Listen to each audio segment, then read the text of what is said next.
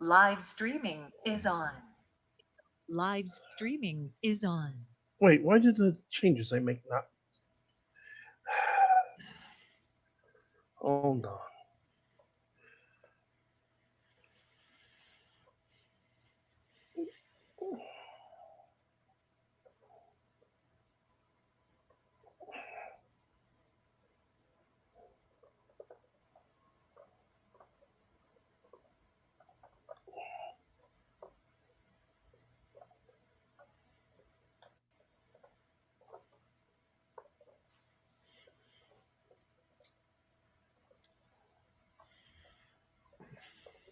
Okay, good evening, ladies and gentlemen. I'm just getting set up. We'll be starting momentarily.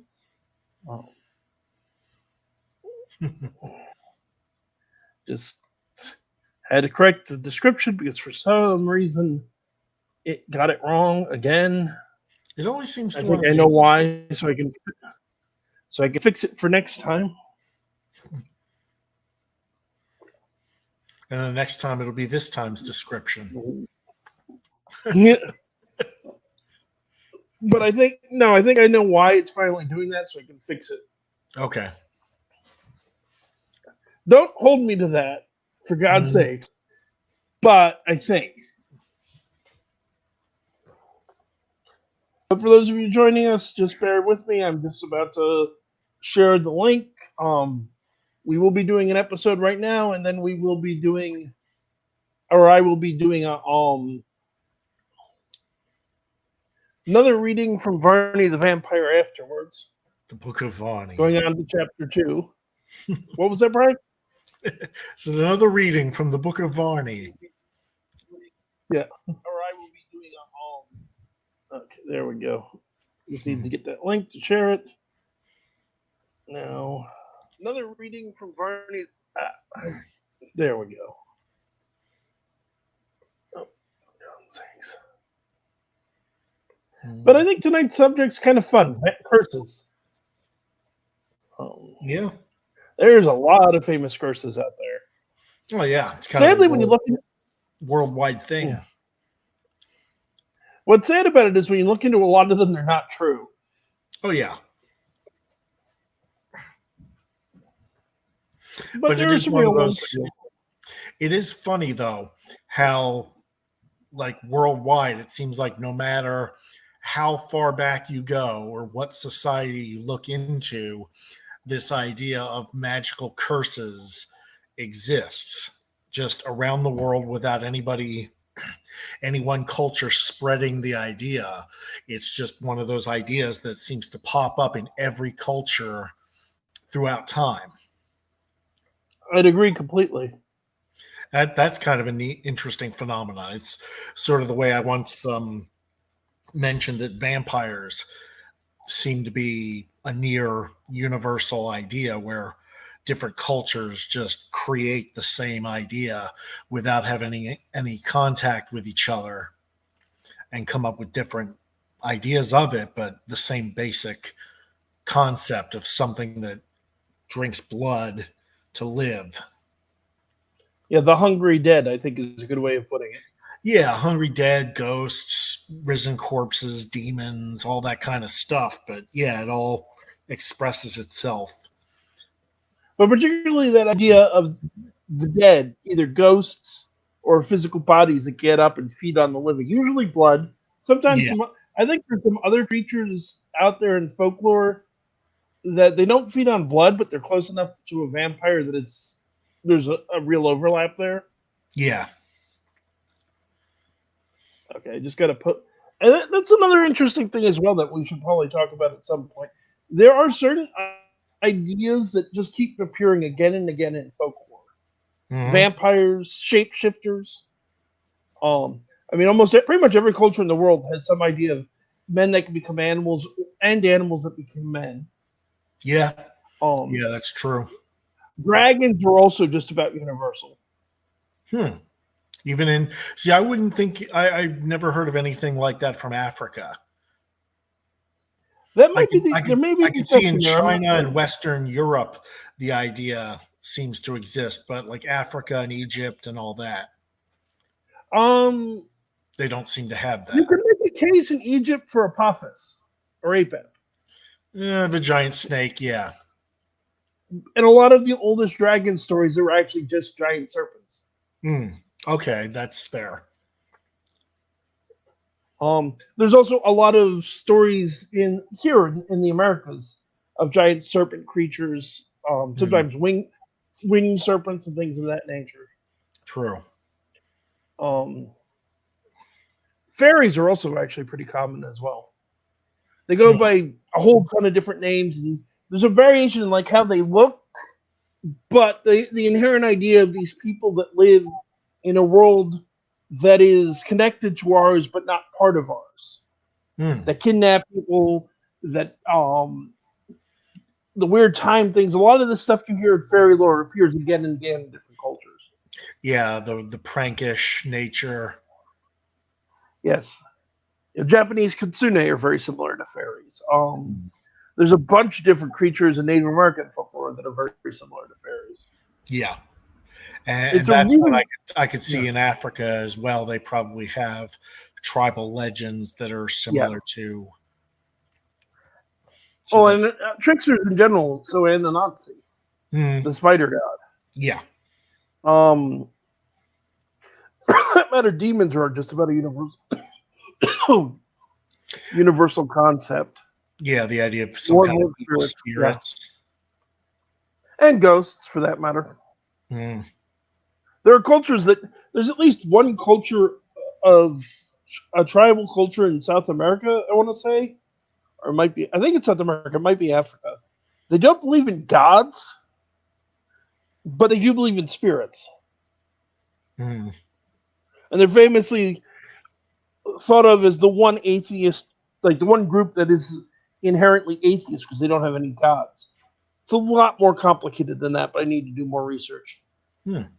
See, I could see that. I could imagine, like with primitive people, the idea of spirits coming before the idea of gods, because it's one thing like you could imagine the wind or the fire as being sentient somehow, but to graduate that up to an all-powerful, all-knowing being, that's sort of a different step. There's a school of thought in the philosophy of religion. It's and anthropology as well, I should say, although it's mostly discredited now, that religion follows a path of, I don't want to use the word because it's not, I hate how misused it gets, but for lack of a better word, that religion evolves over time, that it starts out as animism, the personification of nature, that fire has a spirit, that the rock, the tree, the lake, the river have spirits. Right. And that you want to honor those into polytheism and then henotheism and then eventually monotheism. Okay. There's a whole lot of problems, and that's definitely worth an episode into itself. Well, there we go. We got a new topic we haven't touched yet. Yep. But we should try to get to tonight's topic. Yeah, we'll go back to curses. Yeah, the good news is we, for our listeners, we're having a bit of a writer's block, for lack of a better way of putting it, for what to talk about, just because it seems like all the obvious topics we've talked about multiple times. So trying to think of new ideas. And it's like, we know there's stuff out there we haven't covered or could go into more detail about. We just had to think of something, and now the juices are flowing. Yeah, kind of. We spontaneously came upon a topic. Which is also why I like having you involved. Is aside from it's always easier to do the show if I have someone to bounce ideas off of.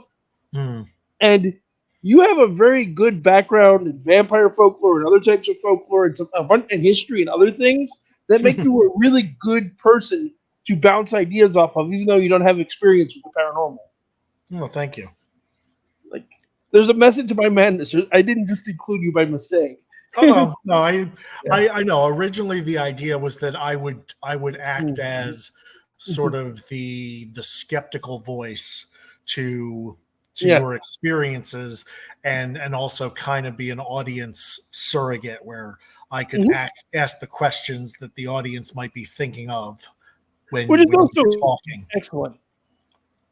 So, ladies and gentlemen, first of all, let's get this started properly. Good evening, everyone. I'm Kevin Mears, your host, Kevin, the Paranormal Encyclopedia, a demonologist and a paranormal investigator. I'm joined by my friend and co-host, Brian McKinley. Hello, vampire Mhm. author, all around weirdo. Godfather of vampire Vampire, thrillers.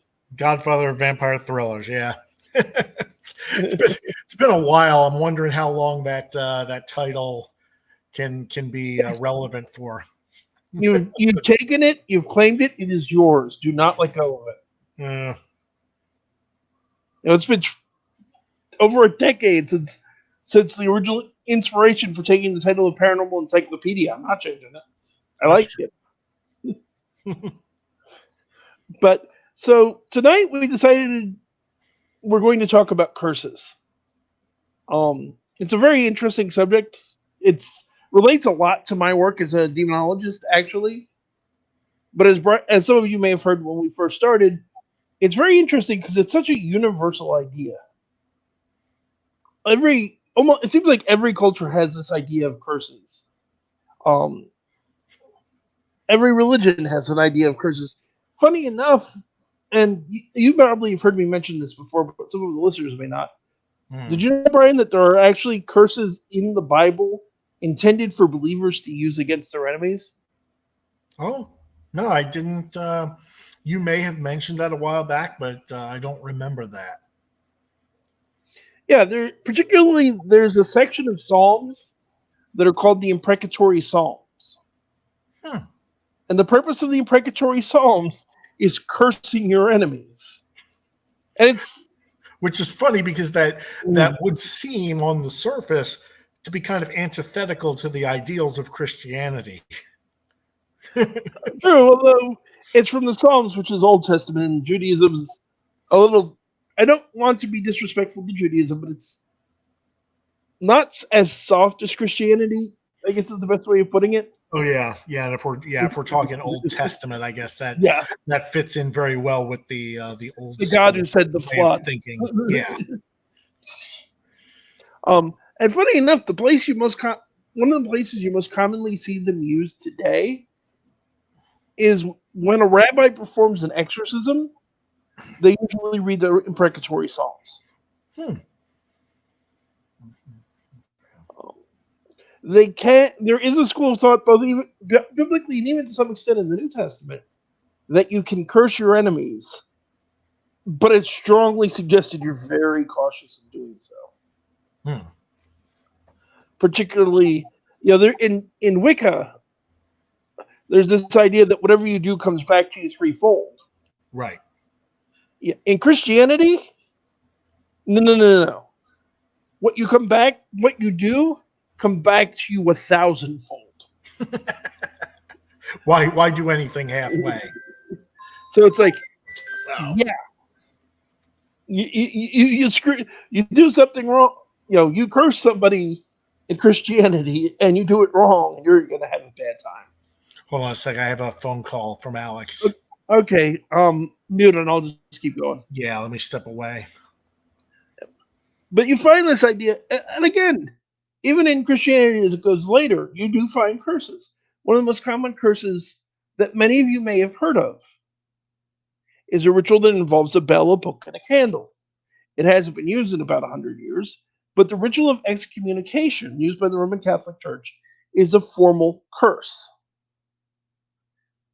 Um, very briefly, a book at the end of the ritual, a book is shut, which symbolize in Christianity there's this idea of the book of life that Saint Peter has this book with the names of all the people that are going to go to heaven written in it. So by shutting the book, you're shut from that book of life, which means you're going to go to hell. The bell is rung, like the bell being tolled for the dead, and a candle is snuffed out, which represents your soul, your life force being snuffed out. And in the text of the ritual, it says that the earth will not receive your body.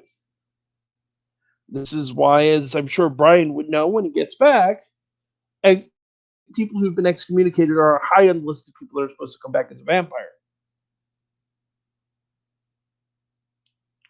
Um, I've also seen through various connections and sources I have, that sometimes when somebody's practicing black magic, ritual a priest will dig out the original ritual of excommunication and perform it, um, which will can break the curse and make it rebound badly on the person who casts it. Back? Yeah, sorry about that. Good No news. problem. Good news, though. Yeah. Your car fixed? Yes. Yeah, I'll be getting it back tonight. Well, we'll scratch you off the list for tomorrow, but Yeah. I'm glad you got your car, man. Yeah, me too. I've been there. Trust me, I get it. Lifted.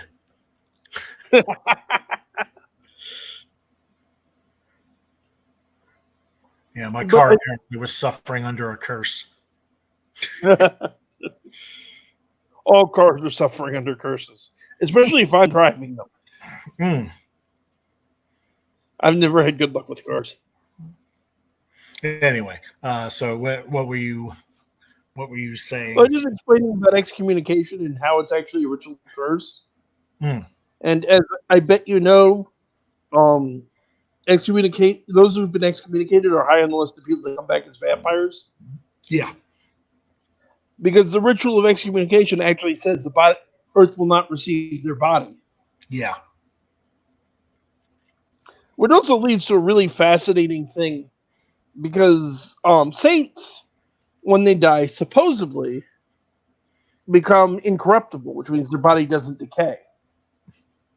Yeah. I forget the woman's name, but there's a famous saint, I'm pretty sure a female saint, that supposedly, like, her eyes still open and move and things like that. Even though she's been dead a century or two. Vampire or saint, you decide. Well, that would be the irony. It's like the very holy supposedly don't decay, but the very evil also don't decay. Yeah.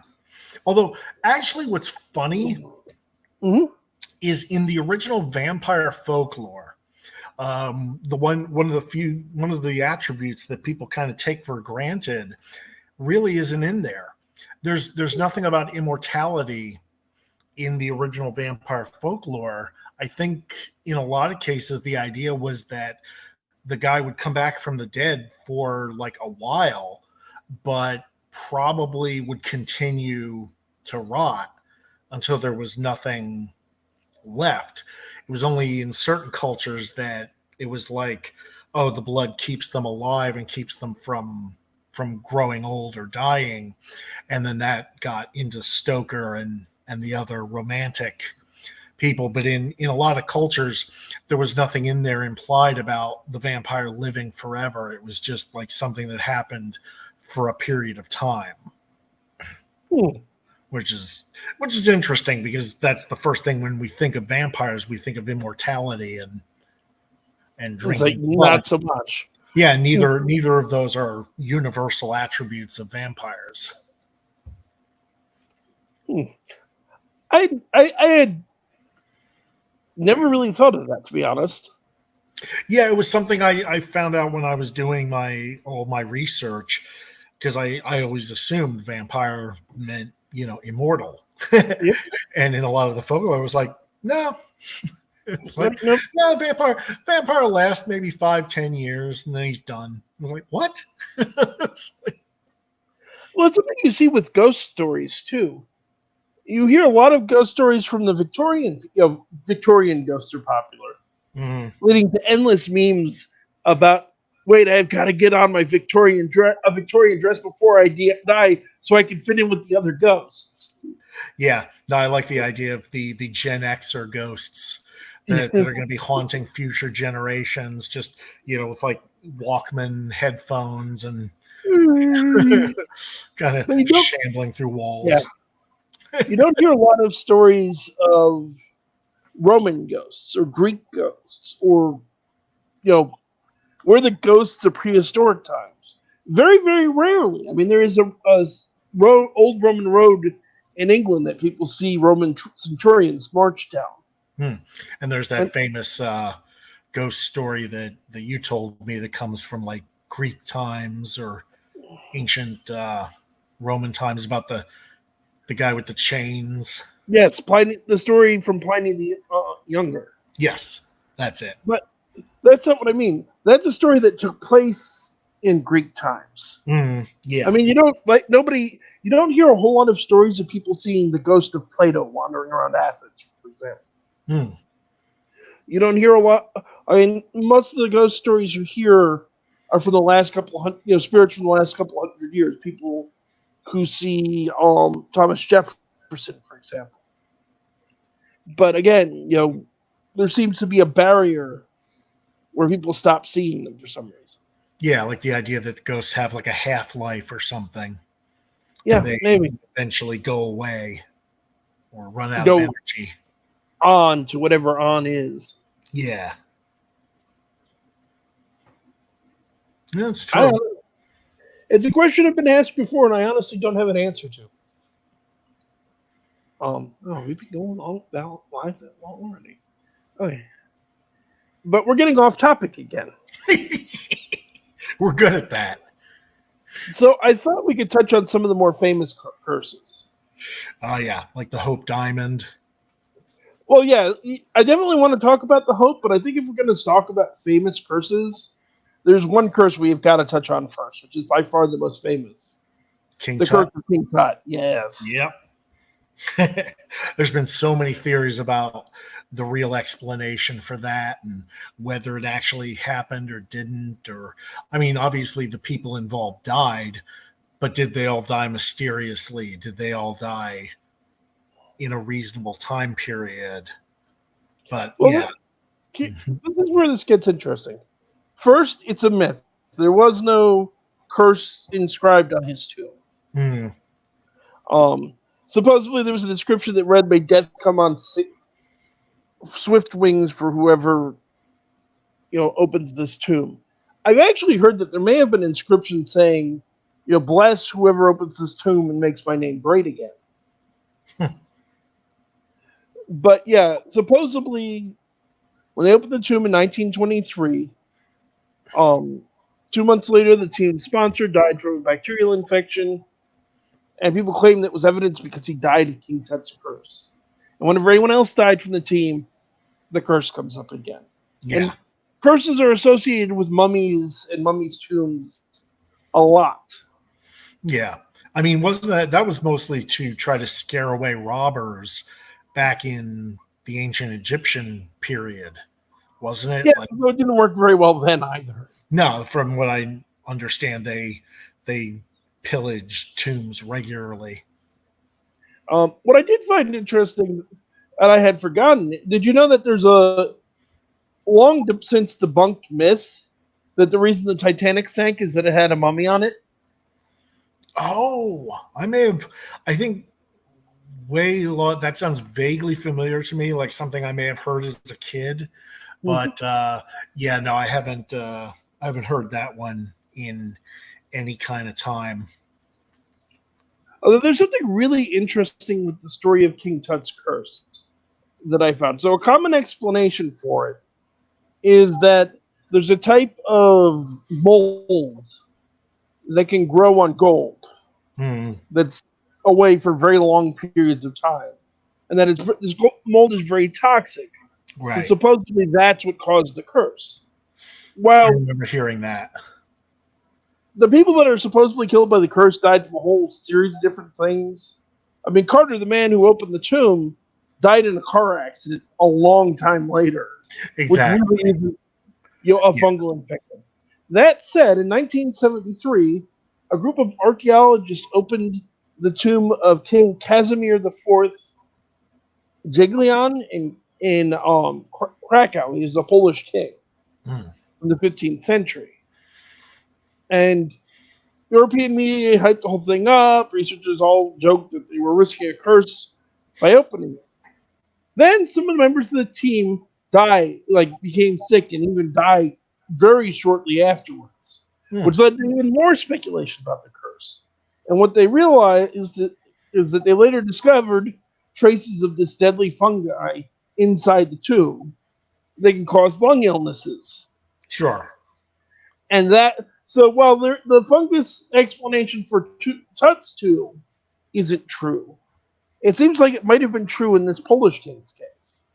Sure, that makes a lot more sense. The idea of old spores or bacteria or whatever having been trapped for hundreds or thousands of years, suddenly people come into contact with.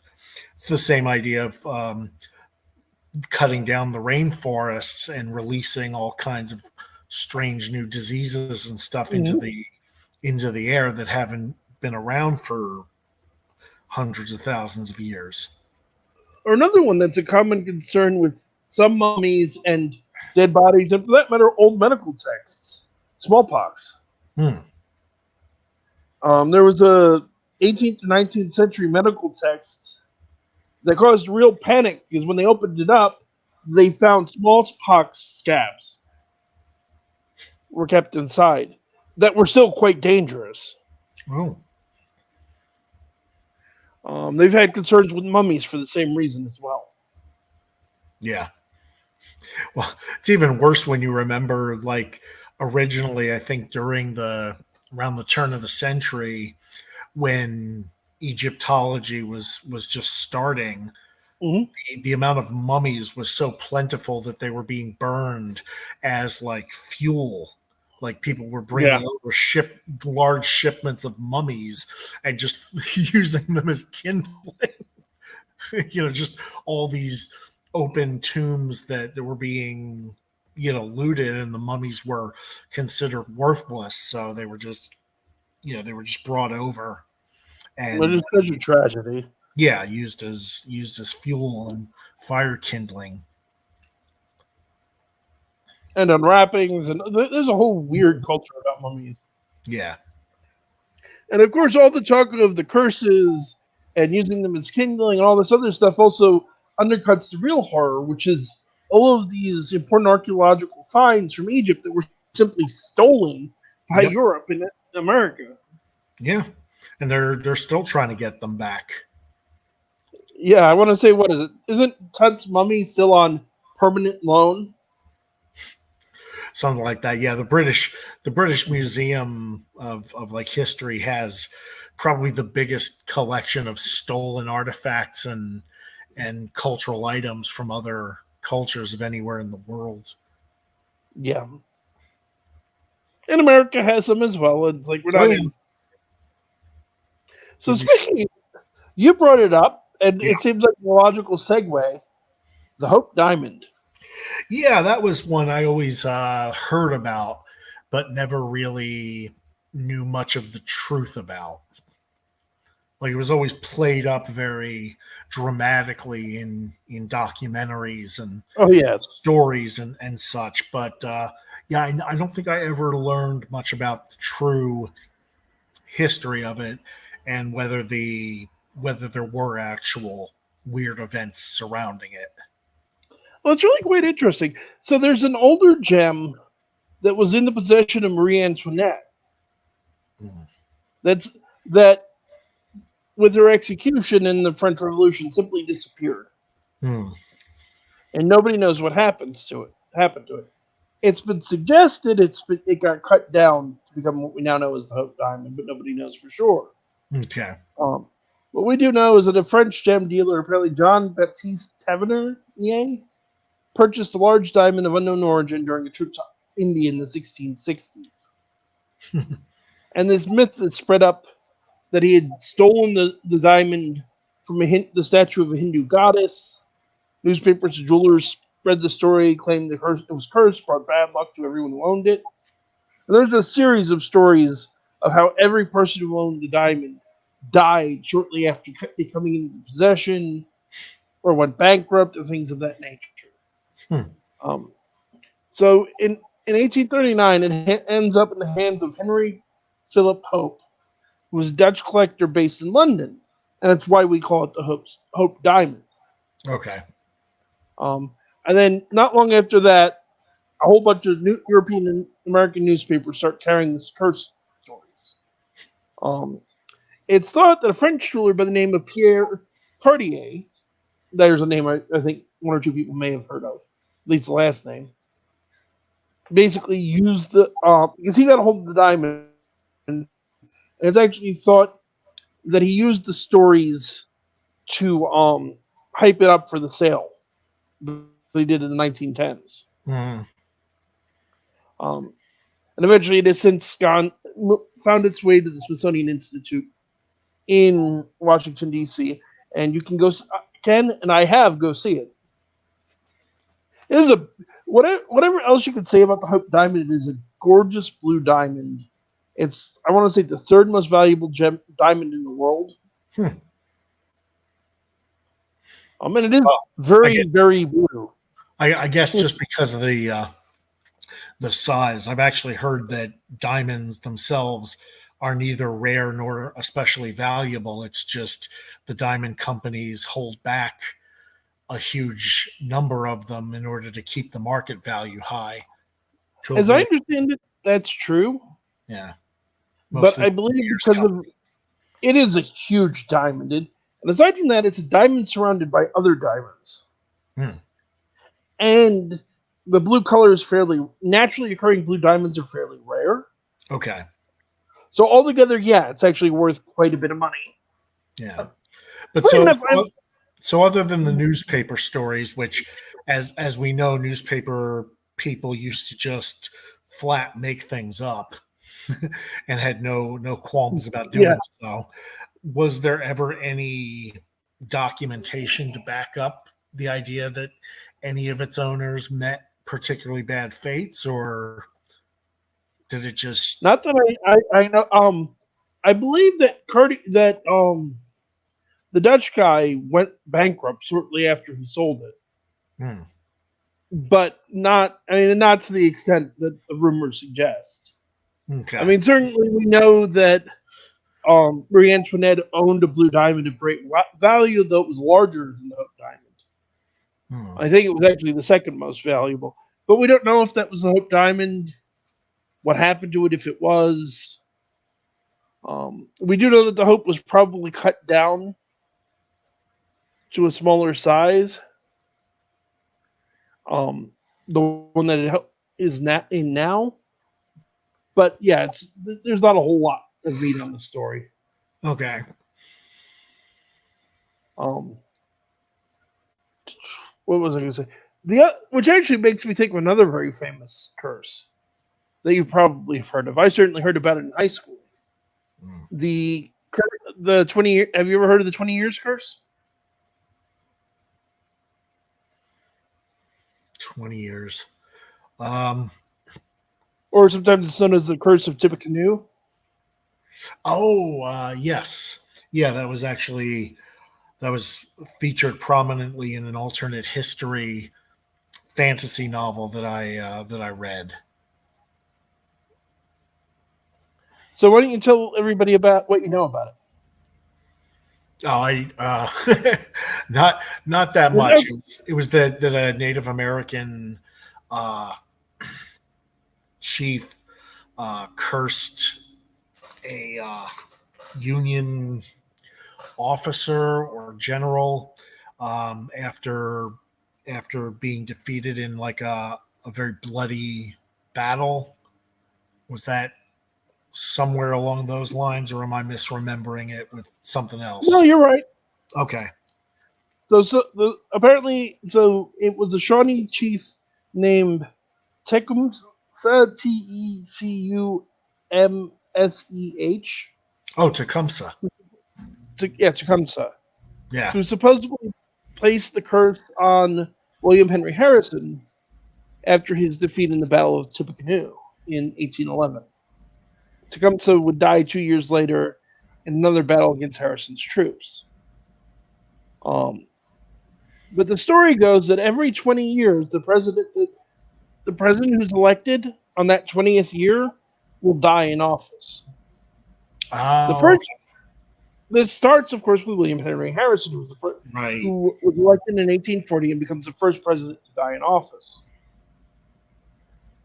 20 years later, Abraham Lincoln is elected in 1860, and again, of course, in 1864. James Garfield is elected in 1880. William McKinley in 1900. Warren Harding in 1920. Franklin Delano Roosevelt in 1940, JFK in 1960. Oh, The only president between Harrison and Kennedy who doesn't fit the pattern is Zachary Taylor, who was elected in 1848 and died in 1850. Of course, the other end of that would be the next one in the line would have been 1980, which would be Ronald Reagan. right. And there was an assassination attempt, but he didn't die in office. Yes. And then, what was it, 2000, we had George W. Bush, who also didn't die in office. And then, Yeah, but supposedly something broke the curse and then Joe Biden. after Kennedy. After Kennedy, supposedly something broke the curse, and that's why no more died. Okay. The thing is, there's not a whole lot of good evidence that the curse was created to begin with. Right. It seems more like people noticed this pattern of 20 years. Yeah, the President pattern died. is interesting. Yeah, that's kind of funny, but I guess when you really look at the age at which most presidents are elected relative to their times, Yeah.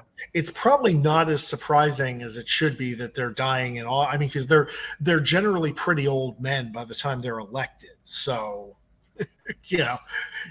the idea that maybe within 8 years or so they die somehow, that's not unreasonable.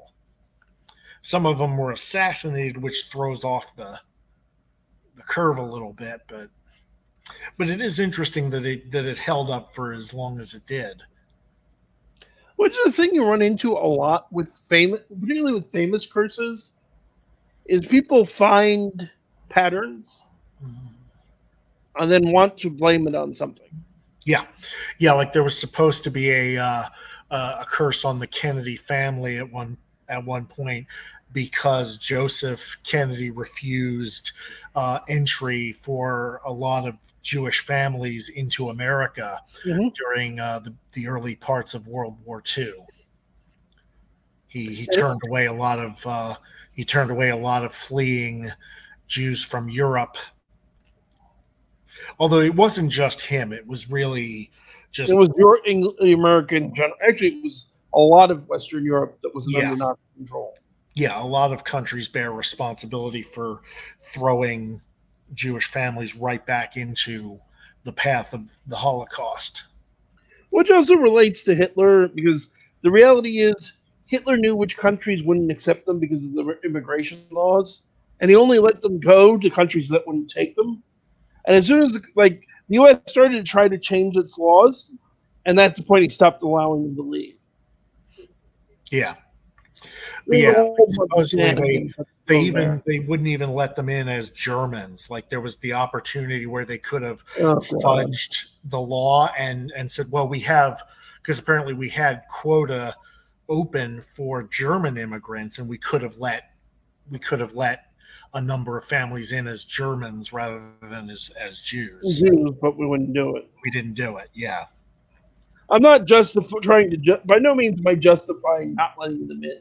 No, but it makes sense with Hitler that he would they would pull something like that because he wanted to give the illusion he was being fair. But in general, I mean, humans are pattern-seeking creatures. And as much as I believe in curses and I believe in the paranormal, the reality is a lot of the things we think are curses aren't. No, it just looks that way. It just becomes convenient to look that way in hindsight. There's a phenomenon called confirmation bias. Yep.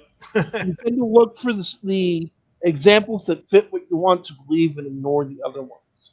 Yeah. The common example everyone deals with all the time is, you ever notice when you're running late for work, it feels like you hit every single red light? Exactly. And you don't. I mean, statistically, you're not hitting more red lights when you're on top early for work than when you're late for work. But because of that stress and that, oh man, I gotta go. Yeah, you're much more aware of every red light you're hitting. But there's another phenomenon I believe you wanted to talk about as well, with the psychological explanation of curses. Yeah, the whole when we touched on it with the voodoo Mm-hmm. and hoodoo. Um, I, every time I say those two together, I start wanting to like sing. Break into song about how you remind me of the babe. Remind me of the babe. Hoodoo, voodoo, you do hoodoo. The babe with the power. It's exactly. It's terrible that song. It's a good song. It is. It is. It's a great movie. Yeah, it's just as bad as that Phenomena song. Yeah, I keep finding everyday words that fit the pattern of that song, and then I can't let it go. It's like it immediately jumps into my head. So that's what we should be devoting episodes to: the Curse of the Earworm. Yeah, songs that you just cannot get out of your head once they're mentioned. Phenomena, the song that never ends. Oh God, that song. Oh yeah, yeah. Made true proof of demonic power in the universe. Songs you can't get out of your head no matter how hard you try. See, that's exactly the kind of stuff that in Good Omens, Neil Gaiman and Sir Terry would have given Crowley credit for. Is making up earworm songs and sending them out into the world. Like that's the kind of stuff he would have done. That gives me a notion I might look into at some point. Various streaming services offer it. It might be kind of fun to do like a watch party sometime. Do Good Omens and maybe we could do Good Omens, we could do The Good Place, we could do some episodes of Supernatural. Oh God. We could not the entire series. Oh God, I don't have the patience to do a 15 season. I don't think we'd have time. Plus, we'd have to do it. There's got to be other YouTubers. There's got to be other YouTubers doing that. Probably, but like I'm saying, selected episodes. Yeah, Sandman would be another fun one to do. And for those of you who haven't seen it yet, I strongly recommend you go over to Netflix and check out Sandman. Even though depressingly, it sounds like it might not get renewed. Oh, I thought a second season would be almost a given, considering how well it did. It is the best performing streaming show on Netflix right now. It beat out Stranger Things. Yeah. I saw something from one thing I saw said it actually is the top streaming show in all of streaming, according to the Nielsen ratings. And the one argument I've seen for it is that it's because reviewers hated it. They didn't. If you look at Rotten Tomatoes, it's got an 81%. That's not a negative rating. No, right-wing review bombers hated it. Yeah. That's pretty much it. For stupid reasons. Anybody who actually watched it probably thought it was a pretty good show or great. I'll say flat out for anyone watching this who hasn't seen it yet, the biggest complaint you'll hear from a lot of the people who hated it is that they cast a black woman as Death, who in the comics is a very pale-ass white girl. And if you're in that camp, I challenge you to go on Netflix and watch the episode The Sound of Her Wings. Then come back and tell me she wasn't the right choice for Death. Go watch that episode and come back and talk to me. She did in my opinion, and I'm a huge fan of the original comic. She did a perfect job. Yeah. Well, it doesn't matter because if that wasn't the issue, would be there's too many gay people in the show. The whole other dumb thing is them complaining at Mason Alexander playing Desire because Mason Alexander, I forget. There's 3 parts of Mason Alexander's name. And I apologize to them for the fact I don't remember all 3. But they play Desire, and people have complained that Mason Alexander is a non-binary actor. Anyone who's familiar with the comics knows that Desire is also is neither male nor female. It's an integral part of the concept. Yeah, it actually makes a lot of sense. Honestly, almost Mhm. all of those eternal creatures Yeah, should be non-binary, androgynous, because they're supposed to represent everybody. So how can they I do that if agree, they're distinctly male or one or female the other. presenting? I would agree, but particularly with desire, because desire is supposed to represent what we all want, what we all desire. Hmm. And the moment you nail desire down to a single gender, you exclude a large portion of the population. Exactly. But just by making desire attractive, sensual, it works. Mhm. Mason was an absolute perfect choice for that character, in my opinion. Um, it's exact. I agree.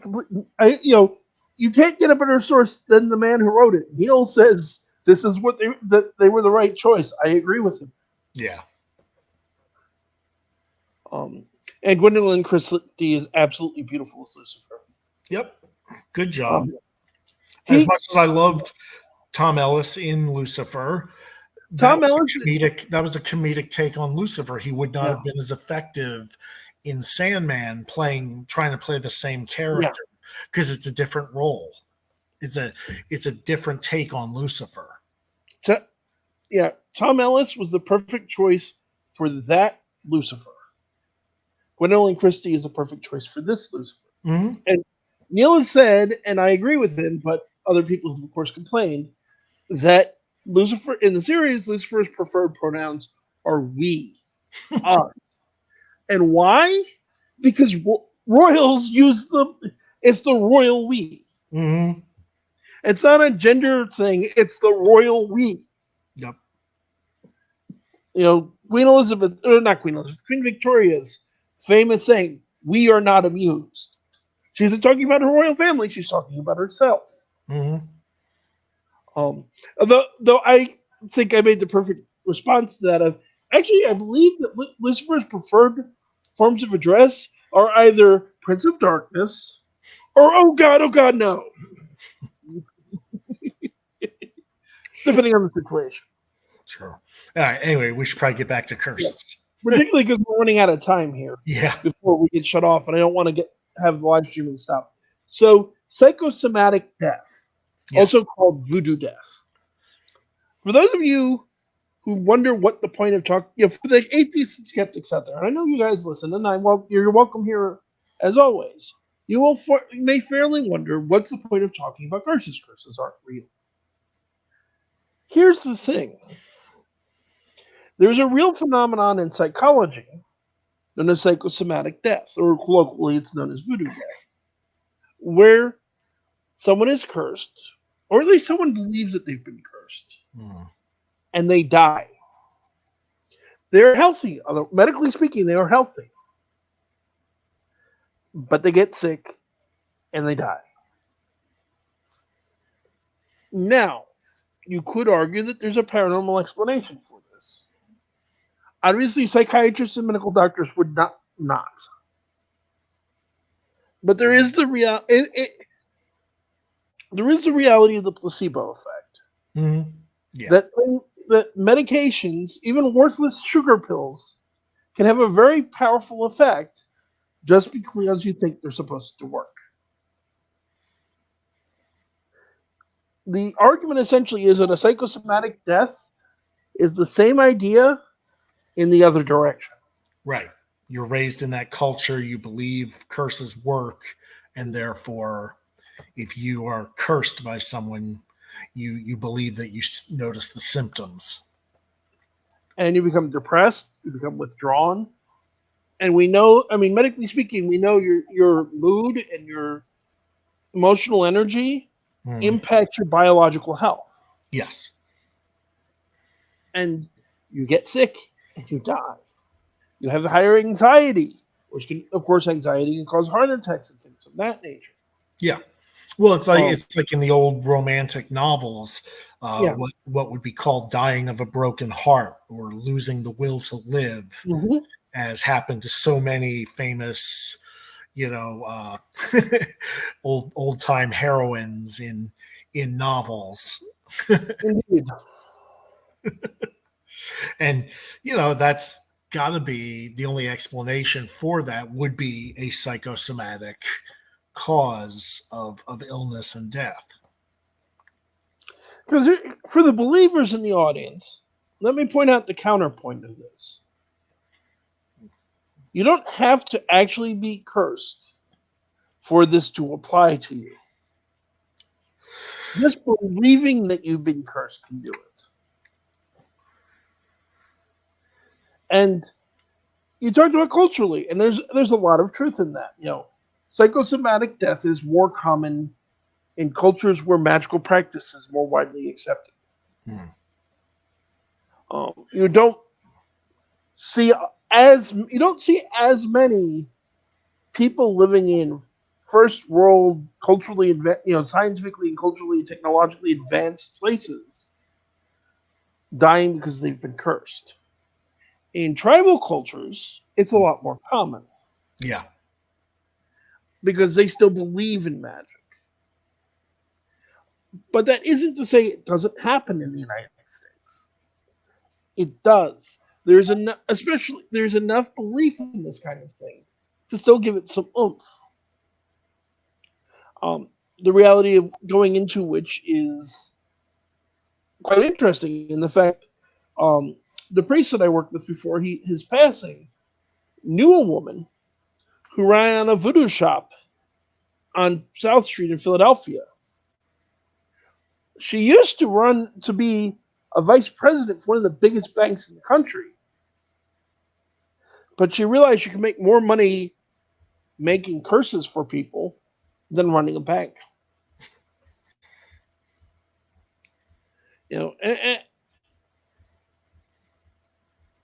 That's a thing I think a lot of times, because I get asked, can I prove? I was just asked to go on an atheist's YouTube channel. I declined mostly because he from what I've seen, and I'll even say, well, maybe I won't say his name, just I don't want to risk starting anything or offending anyone. But from what I've seen, he wants to have debates with people. Very civil and friendly. He's very civil. He's very polite. Don't mean to disrespect him in any way. I'm not a good debater. I know this about myself. So I said, I really appreciate the offer, but I'm not the guy you're looking for. Which seems odd to me because you are, just from talking to you, now maybe this is just in a casual, friendly setting. Yeah. But even publicly, you don't seem to have that much trouble articulating your beliefs and citing examples or biblical verses or whatever different factual things to back up your opinions. So it's odd that you would say that you're not a good debate. Like, I would think you'd be a pretty good choice to, if I was going to have anybody trying to defend the supernatural against an atheist, I'd probably pick you. I'm very flattered by that, but the reality is that I'm surprised you haven't noticed. I tend to have a short fuse. Well, there is that. Yes, you would have to restrain your. And that isn't a good thing in a formal debate setting, particularly with somebody who's not attacking you. Yeah. And that, again, like I said, it's no disrespect to the person who invited me. I really appreciate it. I just put myself in my own limitations. And an eloquent debater I'm not because of the fact that I have a short fuse. Well, maybe that's something you can work on. I've done it before. The problem is the older I get, the crankier I get. I'm not getting better at this. I haven't done a debate in many, many years. I prefer discussions. Yeah. Than direct challenges to each other's worldviews. But I have done debates with atheists before. I did a really nice one many years ago on the local channel for I want to say Temple University in Philadelphia. Could be, yeah. But that was also balanced by the fact that I had my mentor, Lou Gentili, with me, which helped keep the short fuse in check. And while you're making an excellent co-host, Brian, you just don't have the experience with the paranormal to be the right second, as it were, in a debate. No. I'm much better in written form just by virtue of the fact I could stop and take a moment and revise things. Oh, But sure. yeah, Yeah. I'm not a debater. I've never been a good debater. I wish I was. There's also just the reality of that. As an honest person, I have to admit I can't prove this stuff is true. Let's face it. If I could prove that demons existed, I'd be accepting my Nobel Prize right now, not talking on YouTube. Or at the very least, you'd have your own like TV show. Yeah. I'm not sure if I could if you had scientifically actual footage of a demon or Yeah. a recording that couldn't be challenged. I'm pretty sure if I could actually provide scientific proof of spirit beings, that's going to be worthy of at least one, probably several Nobel Prizes. Although on the other hand, it would probably I don't know what category they would have for that, though. Physics at the very least. Because, the existence of non-physical entities alone would rewrite everything we think we know about physics. Yeah, that's true. They'd have to find a way to kind of work it into quantum mechanics somehow, but they could maybe possible. I think. Certainly, given how little we understand consciousness, I think there's potential one day to prove this stuff. Oh yeah, but it's well outside of my ability. Yeah, I just know how the Nobel Committee tends to be very formulaic in terms of their categories, and I don't think they have one for parapsychology. They don't, but there are other categories you could potentially fall into, and there's a reality. It'd be a world-changing discovery. Yeah, it really would. It'd be the same. Let's face it. If I could prove the existence of spirits, I would conclusively lend credence to every religion in human history, which would change. It's a game changer. Yeah, that would be a big deal. You'd still have people denying it, but it would. Be a huge ripple effect. There's the great story from one of the Warrens' books about Ed taking a skeptic into a house with a poltergeist, and the whole drive over to the house, the skeptic is like, "I don't believe in ghosts. I don't believe in poltergeists. This woman's making it all up. She just wants attention." And the story goes, they walk in the door into the kitchen. A plate levitates off of the counter, smashes into the wall next to the skeptic's head. And the skeptic just looks up and goes, "In this case, I might be wrong." Turns around and runs out the door.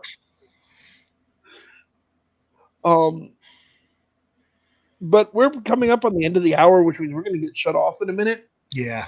So we should probably wrap this up. Definitely. Brian, thank you for joining me again. As long as you're still available, plan is that we'll do this again 7 p.m. That's Eastern Standard Time on this coming Thursday. Yep. For those of you who are interested, I will be reading the next chapter from Varney the Vampire after we wrap this up. So feel free to jump over to that stream and listen in there. We still need to rope you into that crazy. Yeah, I think what could happen is after you get a few chapters in, we could maybe do a discussion. That would be fun. Of what you've read and how that correlates to, because I did a little bit of research into the different books and what they contributed to the overall vampire lore. And I kind of remember Varney, but I'd have to go back to my notes. Fair enough. Which weird vampire attributes Varney did and didn't have. And maybe I'll just shoehorn you into reading one of the chapters. I've been thinking about reaching out to some of our friends, famous and less famous, and seeing if they wanted to sit in and read a chapter or join for a discussion. Sure. So it'd be fun to include you in that way as well. But that's going to do it for tonight's episode, everybody. I want to thank you all for joining us. This is remember, if you liked what we're doing, if you enjoyed this episode, please take the time to like, share, comment, subscribe. If you have a little bit of money that's burning a hole in that pocket of yours, feel free to go to our Patreon, patreon.com/demonology, link in the description. Even a couple of bucks can make a huge difference. If you don't have any money, we love you anyway. Like I said, liking, comment, sharing, and subscribing, always help us out and are completely free to you. But that's going to do it for tonight, everybody, at least until I get over to the Varney thing. Good. So this is Kevin Mears, demonologist, paranormal investigator, saying good night, God bless. And Brian McKinley saying keep your fangs sharp. Good night, everybody. See ya.